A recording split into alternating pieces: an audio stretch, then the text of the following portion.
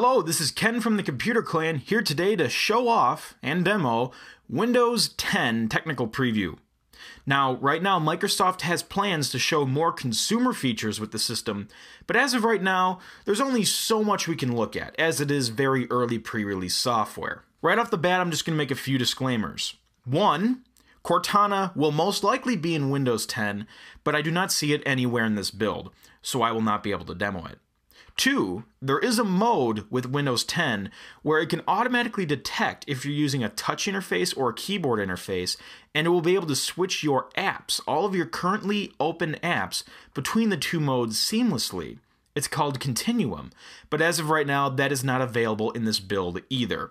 So I just wanted to get those two out in the open right there. Let's start with literally the start menu. Everyone wants to know, did the start screen go away? Yes, it did. You can still turn it on if you want, but by default, for a keyboard and mouse setup, the start menu now looks more familiar. Microsoft will still give you the option to have your live tiles here, which I like in some cases to get quick glance information there, but having the traditional program list is also very handy for many users. Jump lists are also still in here, so you can hover over an icon and get to your jump lists. Speaking of icons, as you will notice, some icons do look new, but some still look like the old generation icons. Those will all be changed in the final version, most likely, but not all of them are changed right now. And there is an All Apps button to get to my programs here in this list, even folders. My account options are right here, change picture, lock, and sign out. And the shutdown, restart, and sleep options are up here too. And the search is right here, so I can search anything, like account for account settings, and I get those options up there. But I can also get some information from the web. Another change to note with the addition of the new start menu is that it actually is resizable, so you can drag the top of the menu and flatten it out if you want more of a wide interface like this. Or you can stretch it up to make it nice and tall. The next thing I want to show is how modern UI apps run in a window. One of the great things Microsoft is doing with Windows 8 currently and Windows 10 is that developers don't need to develop for multiple different platforms. Windows 10 is going to run on all the devices, phones, Xbox, tablets, typical PCs. And Microsoft has ways for keeping it all under one roof, if you will, but still having the interfaces tailored towards each of the systems. So for example, I'm on a mouse and keyboard setup, and if I open up a typical Win32 app that runs in a window like this, it runs as you would expect, and you even probably notice some of the interface changes like the thinner borders and the new animation effects. But when you ran a modern app in Windows 8, it would switch to that full screen modern UI environment. Well, no longer. So if I open up an app, it now puts it in this window here. So these apps used to be modern UI full screen apps, but now you can have them in a convenient window. You can still run them in full screen if you want, and with the Continuum features, when you have a touch interface only, and that's what the system detects, it will automatically throw those apps into full screen as well. So that's really handy for multitasking. And another cool feature is that this menu right here is essentially a replacement for the Charms bar. I can get to the search right from here, share options, settings. I click it, and the sidebar just slides right out, and I can control everything right from there. And the full screen option is present there too, and I can just take this app full screen if I wish, or I can go back up to the bar and say exit full screen, and it comes right out. I'll show off another modern UI app just to give you a better feel. I'll open up the music app. Again, in a window, very nice. And I can even snap this using the keyboard shortcuts too. And let's say I want to open up another modern UI app. I can just snap like that. So very efficient, and it runs perfectly alongside your typical Win32 programs that you already know and love. Since we're talking about multitasking, let's get back to that task view button that I was talking about earlier. So when you click the task view button, you get a bird's eye view of all of your open windows. So I can switch to my home folder here. But let's say now I need to switch to something else and it's in the background. I can click the task view button and switch to a different window. And I can even close the windows by clicking the X button right here. In addition to that bird's eye view of all of your open windows, Microsoft also threw in virtual desktops. So if I click that button again, I can add a desktop right here and switch to it. Now, there's less clutter. As you can see, the taskbar adapts. There's little lines underneath the icons. That indicates that they're open, they're just not open on this desktop. If I switch back to another desktop, you will see that the icons change a little bit to indicate that those apps are open on this desktop.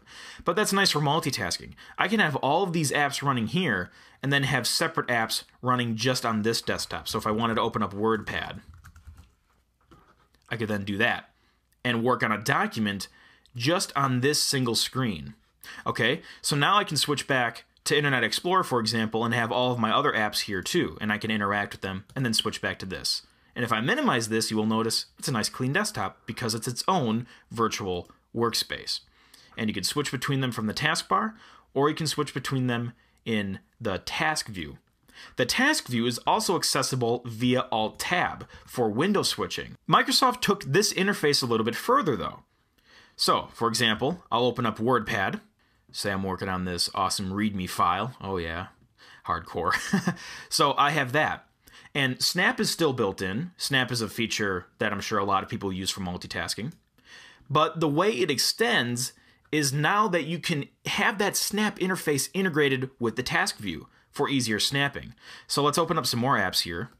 So let's say I'm using all of these at once. And before, I could snap them all individually. But now what Windows 10 will do is it works with that task view. So if I drag a window and snap it to the side, watch what happens. It snaps, but now it assumes that I'm going to want to snap something to the other side too, to compare and drag and drop between two documents. So it automatically splits that part of the screen and throws it into this task view. So when I choose an app, it comes forward and snaps automatically. I can drag it into the corner, and it will even snap it into the corner there and still give me access to my task view. I can click another app.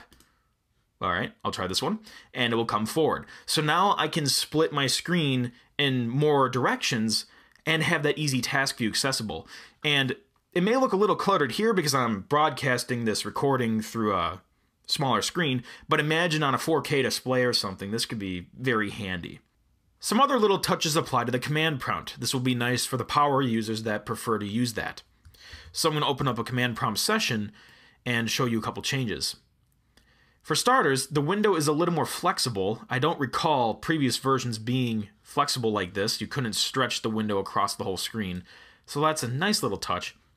But keyboard shortcuts also apply in the command prompt more than before. So if I had a notepad file open and someone maybe had some kind of path in here or something like that they wanted me to do a dir listing for, instead of me having to type in the path, let's say it was much longer than that, and I didn't want to type it all in, I could just paste it.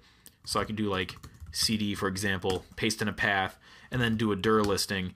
And then I can actually just shift and go up, copy, and paste. So clipboard compatibility is now present in the command prompt, along with some other convenient shortcuts. So that's a quick look at Windows 10. There's a lot more to come. Microsoft plans to show more consumer features, most likely including the Cortana digital assistant in early 2015, and we'll definitely get a demo out when we can, so check back in around that time. If you have any questions about the system, or if you just want to share your opinion, we are more than open to hearing what you have to say, so feel free to share in the comments section below. So thank you for tuning into this demo, and I will see you next time. Productions like these are made possible by community funding for other projects from the Computer Clan, such as the Revision project. Revision is our most complex project to date. If you're interested in indie films and/or sci-fi, check out Revision today on revisionshort.com.